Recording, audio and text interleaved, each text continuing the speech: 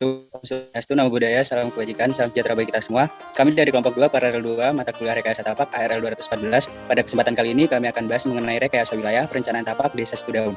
Adapun anggota kelompok dari kelompok kami yaitu saya sendiri, Reza Kalisegja, NIM A44190031.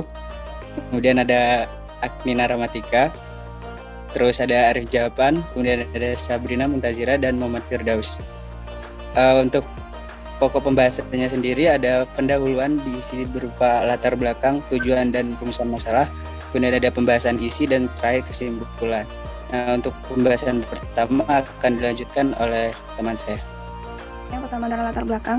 Desa Situdaun merupakan suatu desa yang berada di Kecamatan Tanjolaya, Kabupaten Bogor. Sebagai tempat beraktivitas, masyarakatnya suatu desa perlu berkembang mengikuti perkembangan masyarakat. Desa ini memiliki banyak potensi untuk dapat dikembangkan lebih lanjut. Dalam pengembangan suatu wilayah kan adanya perencanaan tapak. Perencanaan tapak adalah suatu proses untuk mengarah struktur ruang dan membentuk ruang-ruang antara di atas suatu tapak. Kegiatan ini perlu dilakukan dengan meninjau banyak aspek. Maka dari itu dilakukan peninjauan pada Desa Situdaun. Selanjutnya tujuan dari pembahasan ini adalah memahami dan mempelajari aspek-aspek yang mempengaruhi rekayasa wilayah di Desa Situdaun, Kecamatan Tanjolaya, Kabupaten Bogor.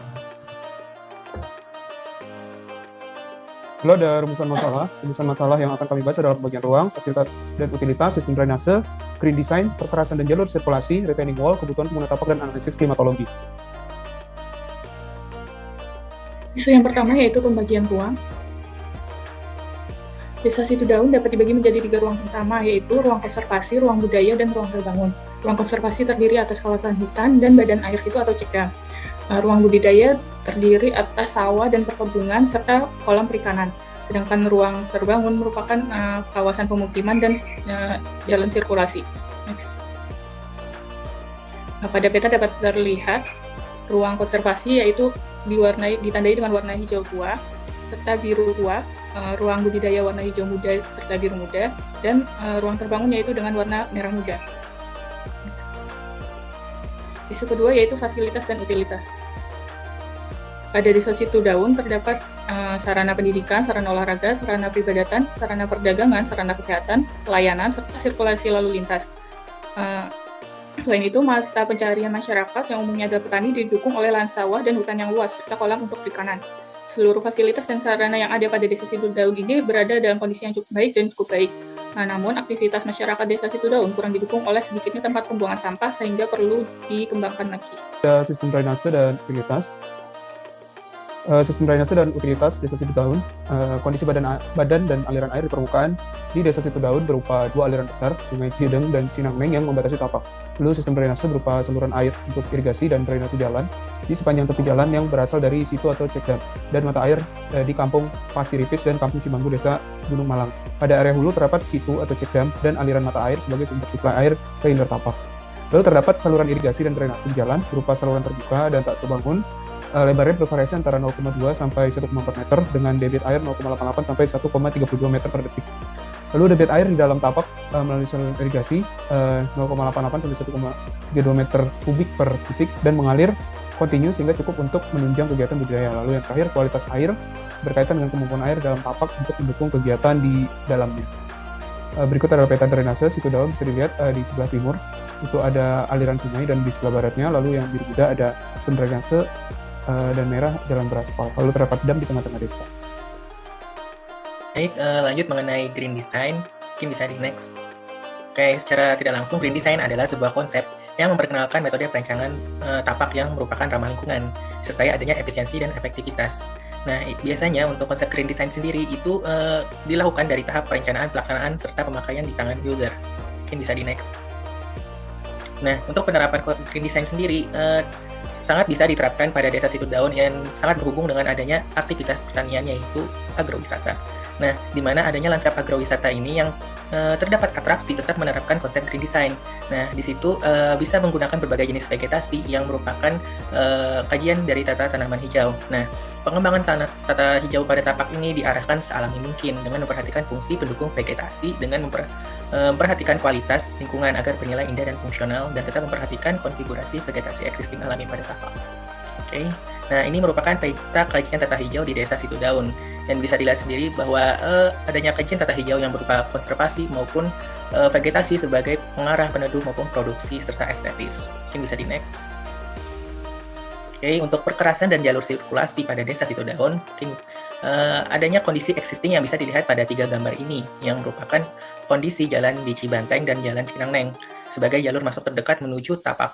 Nah, di sini dapat dilihat bahwa untuk eksisnya sendiri merupakan jalan yang sempit dan mengambil ruang badan jalan padat pemukiman, dan beberapa titik kondisinya juga sudah berlubang dan tanpa adanya pedestrian. Oke, bisa di next. Nah, ini adalah zona sirkulasi di Desa Situdaun, di mana pada gambar di samping menjelaskan bahwa adanya sirkulasi tapak yang terbagi menjadi 3, yaitu adanya jalur primer, jalur sekunder, dan jalur tersier. Nah, adanya eksis ini juga memberikan adanya jalur pedestrian yang sebagai jalur dari tersier sendiri. Untuk jalur primer dan sekunder itu digunakan untuk oleh jalan umum. Penerapan retaining wall. Oke, next. Retaining wall merupakan bangunan yang berfungsi menahan tanah dan menstabilkan tanah yang berada di area tertentu, seperti lereng, baik lereng alami, buatan, maupun lereng yang terbentuk karena urutan tanah. Retaining wall memiliki fungsi sebagai berikut. Yang pertama adalah menahan gaya tekan lateral atau tanah dari tanah aktif atau active lateral force soil yang berisiko menyebabkan longsor atau landslide. Yang kedua adalah menahan gaya tekanan lateral air atau lateral force water yang menyebabkan terjadinya erosi. Dan yang ketiga adalah memproteksi kemungkinan terjadinya perambasan air atau seepage yang disebabkan adanya elevasi muka air tanah yang cukup tinggi. Dalam hal ini juga berfungsi dalam proses pengeringan air atau dewatering, yaitu dengan memotong aliran air atau flownet pada tanah atau cut off. Next. Nah, penerapan retaining wall ini sangat diperlukan dalam berbagai pembangunan. Contohnya adalah pembangunan jalan raya atau jalan kereta api yang berada di daerah lereng, konstruksi jalan raya atau jalan kereta api yang dibuat lebih tinggi dengan tujuan untuk mendapatkan perbedaan elevasi, pekerjaan jalan raya atau jalan kereta api yang dibuat lebih rendah agar didapat perbedaan elevasi, batas pinggir kanal yang membutuhkan dinding penahan, pembangunan dinding penahan footwalls yang berfungsi untuk mengurangi atau menahan banjir dari sungai, serta dinding penahan yang dibuat untuk jembatan sebagai tanah pengisi atau approach fill, dan tumpuan jembatan atau dinding penahan disebut abutments, dan pembangunan dinding penahan di sekitar bangunan atau gedung-gedung untuk menahan tanah. Next. Ini peta kemiringan lahan di Desa Situdaun. Terlihat di semakin gelap warnanya, maka kemiringan semakin tinggi. Jadi di bagian selatan, daerah Desa Situdaun memiliki kemiringan yang lebih tinggi dibanding daerah utaranya. Next. Miring ini akan dikembangkan untuk aktivitas yang berorientasi pada alam karena umumnya berada dalam kawasan hutan seperti nature trail, scenery observation, ataupun foto hunting karena merupakan area hutan. Nah, area ini memiliki potensi erosi yang sangat tinggi sehingga dibutuhkan upaya konservasi. Di dalam sumber telah terdapat 2 metode yang dilakukan, yaitu metode vegetatif yang meliputi penanaman tanaman secara terus-menerus, penanaman dalam strip ataupun melakukan pergiliran tanaman, serta metode mekanik dengan mengolah tanah menurut garis kontur, pembuatan teras, serta perbaikan drainase dan irigasi. Namun, metode ini membutuhkan perawatan dan maintenance yang tinggi secara berkala sehingga sebaiknya mengganti metode dengan membuat retaining wall. Baik, berikutnya mengenai analisis kebutuhan pengguna tapak. Untuk kebutuhan tapaknya sendiri itu aktivitas masyarakat setempatnya itu setiap harinya itu berupa sesuai dengan mata pencaharian mereka. Nah, selain itu aktivitas juga berupa aktivitas sosial yang bisa dilakukan dengan keluarga dan anggota masyarakat lainnya. Misalkan berkumpul, kemudian bercengkrama dan lain-lain. Sementara aktivitas pengunjung di desa ini yaitu berkunjung ke tempat saudara ataupun berekreasi menikmati pemandangan alam di tapak tersebut. Nah, kemudian masyarakat dan pengunjung ini juga mengharapkan adanya koordinasi dari dan peran aktif dari setiap pihak yang terkait. Kemudian juga didukung dengan perbaikan dan penambahan fasilitas dan utilitas yang ada di Desa Situdaun. Kemudian masyarakat juga mengharapkan keberadaan objek agrowisata di Desa Situdaun ini mampu meningkatkan kesejahteraan mereka. Nah, untuk kebutuhan tapaknya sendiri itu dapat kita analisis melalui konsep sensus equality ya. Sensus equality itu merupakan aspek kualitas lingkungan yang menawarkan keindahan baik berupa psikis dan fisik yang dapat diterima oleh penggunanya. Nah, kemudian peta sensus equality ini juga menjelaskan yaitu ada beberapa tempat di mana A itu pemandangan ke arah sawah dan kebun, kemudian ada yang B itu pemandangan ke arah kolam ikan, yang ketiga itu ada pemandangan ke arah aktivitas masyarakat di desa dan lain-lain. Kemudian yang di situ ada juga berupa simbol ya. Simbolnya di sini itu ada berupa bentuk V. Di situ itu ada mengenai wilayah tersebut itu berupa good view ataupun bad view. Dan juga ada sebuah simbol yang berbentuk seperti melingkar dan di situ menjelaskan mengenai good view dan bad view juga. Kemudian aspek yang ke-8 yaitu mengenai analisis klimatologi. Data iklim yang diperoleh dari Badan Meteorologi dan Geofisika Balai Wilayah 2 Stasiun Klimatologi Kelas 1 Dermaga Bogor. Nah, data iklim ini berlokasi studi pada elevasi 190 sampai 500 meter di atas permukaan laut. Berikut tabel dari data iklim dari tahun 2002 sampai 2006. Adapun parameternya itu berupa suhu udara rata-rata, kemudian ada suhu udara maksimal, suhu udara minimal, kemudian kelembapan udara. Selanjutnya itu ada juga hari hujan, kemudian penyiraman dan kecepatan angin. Hal tersebut dapat diperoleh gambaran bahwa suhu rata-rata tahunan yaitu 25,8 derajat Celcius. kemudian ada kelembaban udara rata-ratanya itu 84%, curah hujan tahunannya juga 4.137 mm per tahun, kemudian ada jumlah hari hujan rata-rata tahunannya itu 248 hari, kemudian intensitas penyinaran matahari rata-rata tahunannya itu 65,1%, dan kecepatan angin rata-rata tahunan 2,2 km per jam. Nah, suhu rata-rata tahunan tapak adalah 25,8 derajat Celcius dengan frekuensi suhu rata-rata minimum tahunan 25, derajat Celcius pada bulan Februari, dan suhu rata-rata maksimum tahunan 26,2 derajat Celcius pada bulan April, Mei, dan Oktober. Kemudian kelembapan udara ratanya sendiri pada tapak yaitu 84%, dan fluktuasi kelembapan terendah 78% terjadi pada bulan Agustus dan September, dan kelembapan tertinggi 89% pada bulan Februari.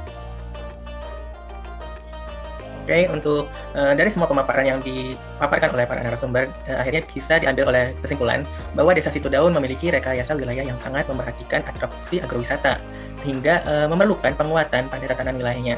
Nah, adanya lanskap agrowisata yang kegiatan pertaniannya yaitu on farm memberikan sensasi yang luar biasa sebagai kegiatan wisata.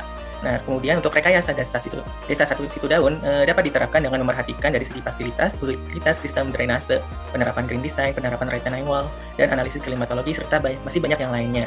Ya, baik, terima kasih kepada semua pembahas. Mungkin itu saja dari pemaparan dari kelompok kami, dan berikut merupakan daftar pustaka dan daftar bacaan yang kami gunakan. Sekian dari kelompok kami. Terima kasih. Wassalamualaikum warahmatullahi wabarakatuh.